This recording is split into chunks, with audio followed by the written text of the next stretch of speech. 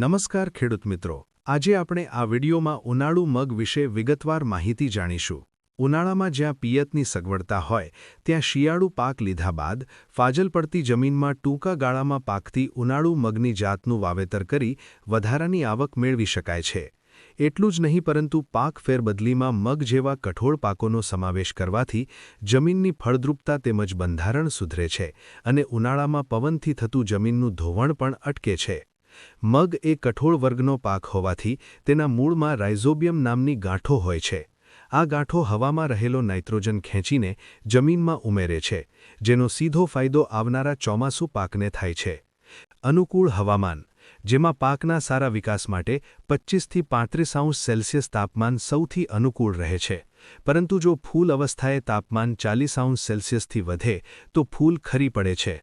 અનુકૂળ જમીન, જેવી કે ગોરાડું, મધ્યમ કાળી તેમજ જે જમીનમાં સેન્દ્રિય તત્વ વધારે હોય તેવી જમીન મગના પાક માટે પસંદ કરવી. રેતાળ અને પીએચ આંક વધારે હોય તેવી અને જે જમીનમાં ગંઠવા કૃમિ નેમેટોડ્સ હોય તે જમીનમાં ઉનાળુ મગનો પાક સારો થતો નથી. જમીન તૈયારી, જેમાં હળથી અથવા ટ્રેક્ટરથી ઊંડી ખેડ કરી અગાઉના પાકના જડિયા, મૂળિયા વીણી 2 વખત કરબથી આડી ઊભી ખેડ કરી સમાર મારી જમીન પોચી, ભરભરી અને સમતળ બનાવવી. ઉનાળુ મગનું વાવેતર 15 ફેબ્રુઆરીથી 15 માર્ચ સુધીના સમયગાળા દરમિયાન કરવું હિતાવહ છે. અનુકૂળ જાતો, જેવી કે મેહા, ગુજરાત આણંદ મગ 5, ગુજરાત મગ 6, ગુજરાત મગ 7 જાતો પસંદ કરવી. બીજ દર, મગનું વાવેતર કરવા પ્રતિ હેક્ટરે 20થી 25 કિલોગ્રામ બિયારણની ભલામણ કરવામાં આવેલ છે. વાવણી અંતર, ઉનાળામાં વાવણી માટે 2 ચાસ વચ્ચે 30 સેન્ટીમીટર અને 2 છોડ વચ્ચે 10 સેન્ટીમીટર અંતર રાખવું. કૌંસમાં 10 દિવસે જ્યાં જરૂરિયાત હોય ત્યાં પારવણી કરવી અથવા ખાલા પૂરવા.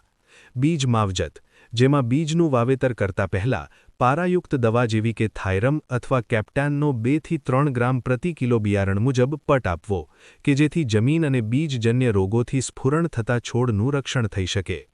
ત્યારબાદ બિયારણને રાઇઝોબિયમ કલ્ચરનો પટ આપી વાવેતર કરતા 10 કિલોગ્રામ નાઇટ્રોજનનો બચાવ કરી ઉત્પાદન ખર્ચ ઓછું કરી શકાય છે. આ માટે 1 કિલોગ્રામ બીજ દીઠ 3 થી 5 મિલી પ્રવાહી જૈવિક કલ્ચરની જરૂર પડે છે. પટ આપ્યા બાદ બીજને છાંયડામાં સૂકવવા દઈ વાવેતરના ઉપયોગમાં લેવું. નીંદણ નિયંત્રણ, જેમાં મગ ટૂંકા ગાળાનો પાક હોવાથી શરૂઆતના 30 દિવસ નીંદણ મુક્ત રાખવો જરૂરી છે. મગના પાકને 2 વખત નિંદામણ તેમજ આંતરખેડ કરી તદ્દન નીંદણ મુક્ત રાખવો. જો મજૂરોની અછત હોય તો ફ્લુક્લોરાલીન 45 EC 1 કિલોગ્રામ સક્રિય તત્વ પ્રતિ હેક્ટરે અથવા પેન્ડીમિથેલિન 30% EC 1 કિલોગ્રામ સક્રિય તત્વ પ્રતિ હેક્ટર પ્રમાણે 500 લીટર પાણીમાં ઓગાળી પાકના વાવેતર બાદ અને બીજના ઉગાવા પહેલા એટલે કે પ્રી ઇમર્જન્સ તરીકે જમીન ઉપર છાંટવાથી નીંદણનું નિયંત્રણ થઈ શકે છે. મજૂરની અછત હોય તો ક્વિઝાલોફોપ ઇથાઇલ 5% EC નીંદણનાશક દવા 40 ગ્રામ સક્રિય તત્વ પ્રતિ હેક્ટર પ્રમાણે 15 મિલી પ્રતિ 10 લીટર પાણીમાં ઓગાળી વાવણી બાદ 15થી 20 દિવસે પોસ્ટ ઇમર્જન્સ તરીકે છંટકાવ કરવો.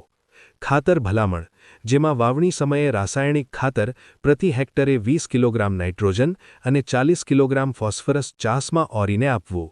તદુપરાંત હેક્ટરે 20 કિલોગ્રામ સલ્ફર આપવાથી મગનું ઉત્પાદન વધુ મળે છે અને પ્રોટીનનું પ્રમાણ વધવાથી ઉત્પાદનની ગુણવત્તા પણ સુધરે છે.